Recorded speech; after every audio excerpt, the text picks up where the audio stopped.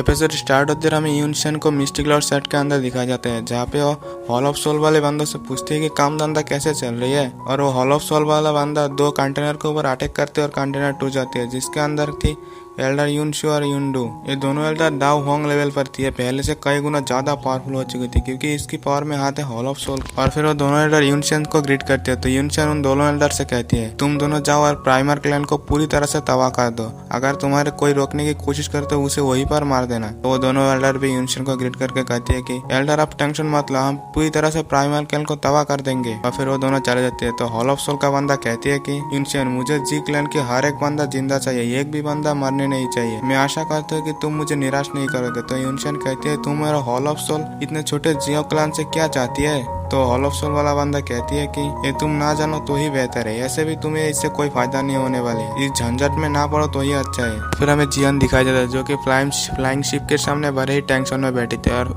उनके सारे group member थोड़ी ही देर में प्राइमर क्लैन में पहुंचने वाले थे। और फिर सीन शिफ्ट होता है, हमें आइस एम्परर को दिखाया जाता है, जहाँ पे प्राइमर क्लैन के ऊपर मिस्टिक क्लाउड सेट हमला कर चुकी थी। और फिर आइस एम्परर कहती है साले भक्ति का हो। और फिर आइस एम्परर अपनी पावर को निकालते और पूरी स्पीड से स्वैग के साथ मिस्टिक क्लाउड सेट की जो स्टूडेंट थे उन लोगों को मारने लगती है। और फिर हमें मिस्टिक क्लाउड सेट के स्टूडेंटों को दिखाया जाता है, जो कि प्राइमर क्लैन के ऊपर अटैक करने के लिए बीस्ट के ऊपर बैठ के आ रही थी। तो या फिर प्राइमर क्लैन के सैनिकों से कहती है तीर चलाओ, और वो लोग तीर चलाने लगते हैं, जिससे कि जो मिस्टिक क्लाउड सेट के स्टूडेंट थे वो वहीं पे हवा पे ही कुछ मारने लगते हैं। और फिर हमें दिखाया जाता है कि मिस्टिक क्लाउड सेट के स्टूडेंट और प्राइमर क्लैन के सैनिकों के अंदर घमासान लड़ाई को दिखाई देते हैं, जहाँ पे जो प्राइमर क्लैन की सैनिक है वो हारता हुआ नजर आते हैं, क्योंकि जो मिस्टिक क्लाउड सेट के स्टूडेंट थे वो बहुत ही ज्यादा तादाद में थी। और फिर हमें प्राइमर क्लैन के 2 एल्डर को दिखाया जाता है, जहाँ पे एक एल्डर कह रहे थे हमारे सेट के ऊपर शायद से जी क्लैन के वालों की वजह से मिस्टिक क्लाउड सेट ने अटैक किया है। और फिर उस एल्डर के ऊपर एक अटैक लगने ही वाली थी, लेकिन वहीं पे आ जाती है प्राइमर तेंगसेंग, जिससे कि वो बाल बाजती है। लेकिन वहीं पे ढेर सारी मिस्टिक क्लाउड सेट के स्टूडेंट अटैक करने के लिए आ रहे थे, लेकिन वहीं पे आ जाते हैं आइस एम्परर। आइस एम्परर आते हैं, वहाँ पे आ रहे सोल्जर्स को ये कि झटके में आइस एम्परर खत्म कर देती है। फिर हमें पीछे दिखाया जाता है, जो कि जियन की जो फर्स्ट ब्रदर थी जीडिंग, वो बाहर आ जाती है और फिर उन लोगों से कहने लगती है आप लोगों की ये हालत शायद से हमारी जी क्लैन वालों के लिए हुई है, कि मिस्टिक क्लाउड सेट जी क्लैन वालों के मारना चाहती है, इसलिए आप लोग मुझे और जी क्लैन के आधे लोगों को इन मिस्टिक क्लाउड सेट के हवाले से मिस्टिक क्लाउड सेट जो है तुम्हारे ऊपर हमला नहीं करेगी, और हमारे जो आधे जी क्लैन के मेंबर से वो भी बच जाएंगे। फिर प्राइमर तेंगसेंग जिडिन से कहने लगते हैं तुम बहुत ही ज्यादा यंग हो, लेकिन बहुत ही ज्यादा समझदार भी हो, इसलिए तुमने जैसे बोला इससे हम प्रॉब्लम का सामना कर सकती है। लेकिन आइस एम्परर कहती है मुझे लगता है कि मिस्टिक क्लाउड सेट वाले सिर्फ जियो कबीले के लिए प्राइमर क्लैन के ऊपर अटैक कर रही है, लेकिन उनकी मतलब तो कुछ और ही है। तो याफी कहती है मैंने बाकी क्लैन वालों से भी मदद मांगी थी, लेकिन उन लोगों से कुछ भी जवाब नहीं मिला। यह सुनते ही प्राइमर तेंगसेंग भी अपनी मुट्ठी को कस के गुस्से में पकड़ने लगते हैं। तो आइस एम्परर कहती है मैं तुम लोगों को प्रोटेक्ट करने के लिए मैं जी जान से कोशिश करूंगी, चाहे इसमें मेरी जान ही क्यों ना चली जाए। फिर उन सब से जीडिंग कहने लगती है मुझे लगता है कि जियन जल्द ही आने वाली है और इस मिस्टिक क्लाउड सेट की धत्तेरी की कर देगा। तो आइस एम्परर कहती है मुझे इस लड़के में पूरी 150 किलो की भरोसा है। पकड़े सब लोग ही एक स्माइल देती है और फिर एक स्ट्रॉन्ग और सभी को पीछे जाने में मजबूर कर देती है। और कोई नहीं, ये होती है मिस्टिक क्लाउड सेट की वही 2 एल्डर, उनकी पावर भी आइस एम्परर से कुछ कम नहीं, ये भी दाव होंग लेवल पर है। और फिर आइस एम्परर याफी और प्राइमर तेंग से कहती है कि तुम लोग यहाँ पे संभालो, मैं इन दोनों की अच्छे से खातिरदारी करती हूँ। और फिर आइस एम्परर उन दोनों के सामने आ जाती है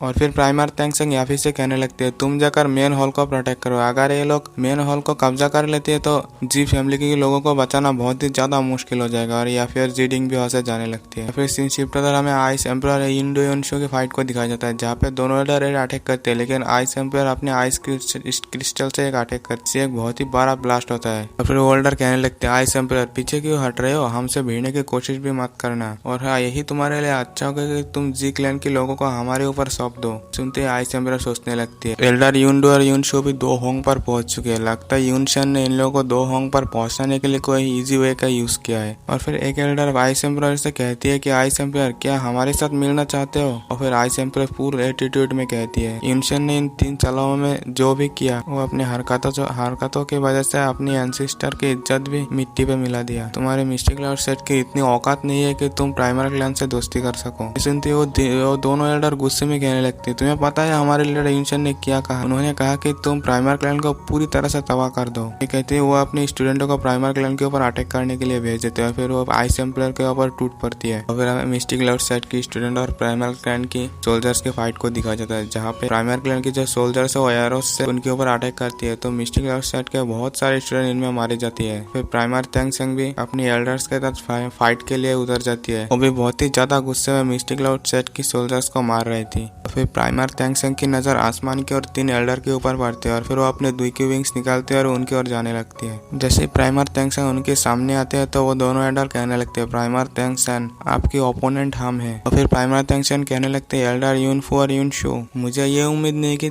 आप लोग भी यहाँ पे आओगे। फिर यूनफू और यूनशू कहने लगती है, आपकी प्राइमर क्लैन की टाइम अब खत्म हो चुकी है, इसलिए हमें माफ कर देना, हम बस अपचेक लीडर के ऑर्डर को पालन कर रहे हैं। प्राइमर तेंगसेंग गुस्से में कहने लगती है, भले ही आज मेरा प्राइमर क्लैन खत्म हो जाए, लेकिन मैं भी मिस्टिक क्लाउड सेट को चोट पहुंचाने में पीछे नहीं हटूंगी। और फिर वो एल्डर यूनफू और एल्डर यूनशू को अटैक करने के लिए जाने लगती है। और फिर सीन शिफ्ट तो है, हमें आइस एम्परर और उन दोनों एल्डर के फाइट को दिखाया जाए, जहाँ पे वो दो एल्डर आइस एम्परर से कहने लगती है, आइस एम्परर मुझे हमारी सेक लीडर ने पूरी तरह से प्राइमर क्लैन को तबाह करने के लिए कहा, इसलिए हमें तुम्हें मारना पड़ेगा। कहती है वो दोनों एल्डर आइस एम्परर पर अटैक कर देती है। आइस एम्परर भी अपनी स्वैग दिखाने के लिए रेडी हो जाती है। फिर वो अपने भाले को निकाल लेती है और उनके अटैक को रोकने लगती है। वो दोनों फिर से अपना एक अटैक आइस एम्परर को ऊपर करते हैं, लेकिन आइस एम्परर उसे अपने भाले से रोक देती है। फिर एक बहुत ही बड़ा ब्लास्ट होता है जिससे आइस एम्परर पीछे खिसक जाती है। इस अटैक से आइस एम्परर भी समझ चुकी थी कि इनकी पावर भी मुझसे कुछ कम नहीं है। और फिर वो दोनों अपना एक पावरफुल फॉर्मेशन अटैक बनाने लगती है। ऐसे वो अटैक फुल चार्ज हो जाती है और फिर वो आइस एम्परर के ऊपर कर देती है। और फिर आइस एम्परर अपनी दुईकी से उस अटैक को रोकने लगती है। और फिर सीन शिफ्ट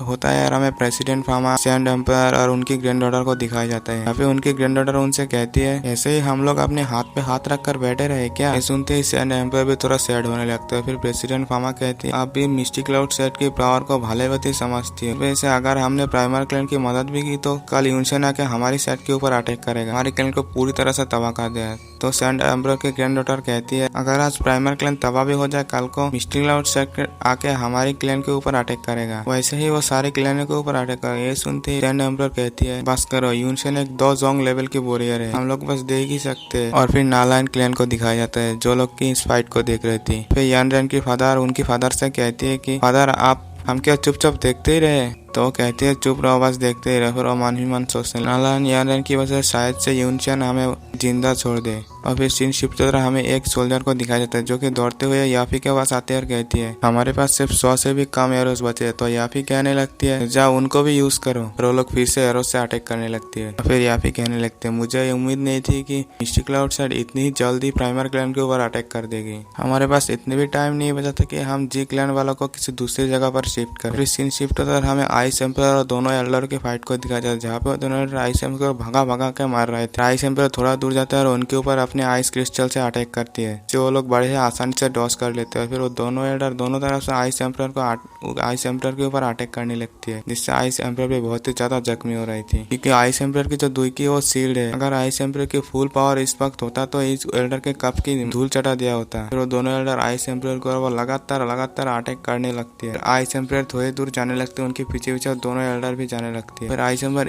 अटैक देकर उनको पीछे कर देते हैं, फिर रोकती है। फिर अपनी स्वैग वाली एंट्री के साथ आइस ड्रैगन को बाहर निकल लेती है। जैसे ही वो दोनों आइस एम्परर के आइस ड्रैगन को देखते हैं, उनकी फटके चार होने लगती है। फिर आइस एम्परर अपने आइस ड्रैगन से उनके ऊपर अटैक करने लगती है, जिससे उस दोनों का एल्डर के पीछे आइस एम्परर दौड़ने लगते हैं। आइस एम्परर के जो आइस ड्रैगन थे वो दौड़ने लगती है और दोनों एल्डर भी भागने लगते हैं। फिर आइस ड्रैगन एक एल्डर को निकाल लेते हैं, लेकिन वो उससे बच जाती है। फिर वो दोनों एक अटैक को चार्ज करते हैं, जो कि एक फिनिक्स की तरह दिखाई दे रहे थे। उससे आइस एम्परर के आइस ड्रैगन के ऊपर अटैक करते हैं, जिससे वो दोनों अटैक ही डिस्ट्रॉय हो जाती है। और फिर सीन शिफ्ट होता है, प्राइमर तेंगसेंग के सीन को दिखाया जाता है, जहाँ पे मिस्टिक क्लाउड सेट के दोनों एल्डर प्राइमर तेंगसेंग को नीचे गिरा देती है। फिर प्राइमर तेंगसेंग आसमान की ओर देखते और कहती है, एल्डर यूनडू और यूनचू इतने ज्यादा ताकतवर है कि आइस एम्परर को बिना हारे टक्कर दे सकती है। फिर एल्डर यूनफू और यूनचू उनके सामने आ जाते हैं और फिर कहने लगते, प्राइमर तेंगसेंग आपको हार मान लेनी चाहिए, हम अपनी सेक लीडर से आपकी जान बख्श देने के लिए कहते हैं। कहेंगे, क्योंकि हम लोग बहुत ही पुराने टाइम से एक दूसरे को पहचानते हैं। फिर प्राइमर टैंगसेंग गुस्से में अपने दुई की विंग्स निकालते और फिर से उनके ऊपर अटैक करने के लिए चल जाती है। फिर तीनों के अंदर फाइट स्टार्ट हो जाती है। दोनों एल्डर मिलकर प्राइमर टैंगसेंग को बजाने लगते हैं। प्राइमर टैंगसेंग भी कड़ी टक्कर देने लगता है। फिर एक एल्डर कहती है, तो फिर मरो, तुम्हारे मारने का टाइम है, करो। एक पावरफुल अटैक उनके ऊपर करती है, जिससे प्राइमर टैंगसेंग धड़ाम से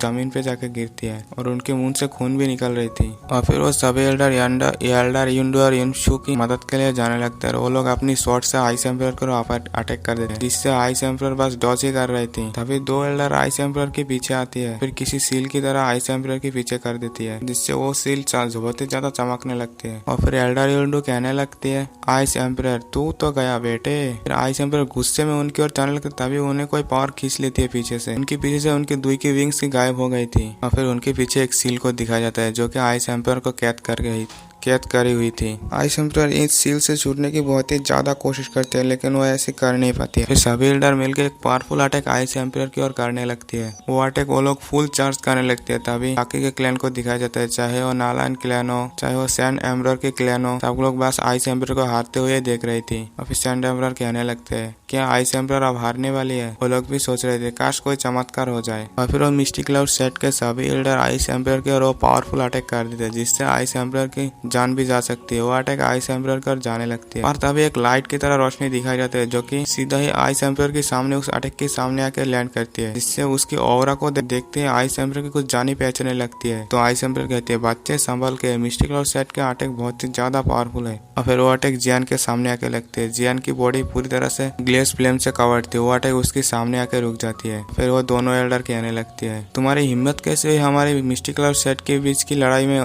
इंटरफियर करने की? ये सुनती जियान एक पंच मारते उस अटैक के और तो अटैक के वहीं पे माँ की आंख हो जाती है। फिर वो सभी एल्डर पीछे खिसक के चल देते हैं, लेकिन जियान अपनी जगह पे ही खड़े रहती है। और फिर आइस एम्परर की सील भी टूट जाती है, जिससे कि आइस एम्परर भी आजाद हो जाती है। फिर वो मिस्टिक क्लाउड सेट का एल्डर कहती है, फ्रेंड क्या आप अपना आइडेंटिटी बता सकते हैं कि आप कौन है? तो जियान फुल एटीट्यूड में कहने लगती है, मैं 3 साल के बाहर किया गया तो मिस्टिक क्लाउड सेट बहुत ही ज्यादा उछलने लगे। तो वो एल्डर कहने लगती है, दोस्त ये मत सोचना कि हम चारों मिलकर तुम्हें हरा नहीं। सुनती जियान जो है वो अपनी बॉडी से ग्लेस फ्लेम को हटाने लगती है। जैसे ही पूरी तरह से जियान की बॉडी से ग्लेस फ्लेम हटती है, हाइबोदोंग तो पूरे हक्का बक्का रह जाते हैं। क्या जियान वापस आ चुकी है? देखते चाहे याफी हो, जीडिंग हो, सब लोग बहुत ही ज्यादा खुश हो जाती है। और फिर जियान कहने लगते, मैं जियान हूँ, जी क्लैन के यंग हेड। सुनते वो एल्डर कहने लगते, क्या जियान तुम तो मर चुके थे ना? तो जियान कहने लगते, वो बुढ़ा कुत्ता यूनशन जिंदा है तो मैं कैसे मर सकती हूँ? सुनते वो लीडर आसमान के और एक मैसेज छोड़ते हैं, जिससे आसपास के जितने भी मिस्टिक क्लाउड सेट के एल्डर्स थी सब लोग वहाँ पे आ जाती है। इसे जियान ये देखती है तो वो भी अपने हाथों को बजाती है, जिससे कि उसकी जितने भी फ्लाइंग शिप थी वो उन मिस्टिक क्लाउड सेट के एल्डर को चारों तरफ से घेर लेती है। और फिर जियान की सारी वॉरियर्स नीचे आने लगती है। सभी वॉरियर्स शिप से उतर कर अपने दुई की विंग्स के साथ जियान के चारों ओर खड़े हो जाते हैं। क्लाउड सेट के एल्डर्स इतने सारे वॉरियर्स को देखते उनकी तो होश ही गायब हुए थे, क्योंकि वो लोग तो इससे भी ज्यादा पावरफुल थे। और फिर ये एपिसोड यहीं पे खत्म हो जाता है। जिसने भी चैनल को सब्सक्राइब नहीं किया, चैनल को सब्सक्राइब कर लेना। मिलते हैं नेक्स्ट वीडियो में, बाय बाय। और हाँ, वीडियो को लाइक भी कर देना यार, थोड़ा सा तो सपोर्ट कर दो, क्योंकि इस टाइम पे मुझे आप लोगों की सपोर्ट की जरूरत है।